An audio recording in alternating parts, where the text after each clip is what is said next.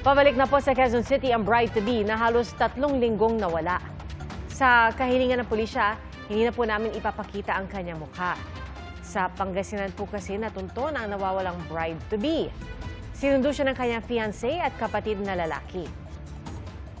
Hindi pa malinaw kung paano siya napadpad sa probinsya. Pero ang kwento raw sa kanila ng babae, may nakita siyang matandang lalaki na parang kahawig ng kanyang tatay. At doon daw siya humingi ng tulong at tinawagan ang kanyang cellphone. Noon na nalaman ng kanyang pamilya ang kanyang kinaroroonan.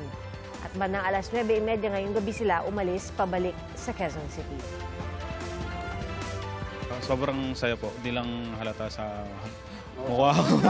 Pagod Siguro. Opo, pero sobrang saya po. Hindi pa kami makakapagbigay po ng talagang detail kasi po iniimbestigahan pa po nung QCPD at the same time sila yung season police po. Okay. So, kumbaga syempre may mga na-share na siya sa kakapulisan natin na binabalidate pa rin po.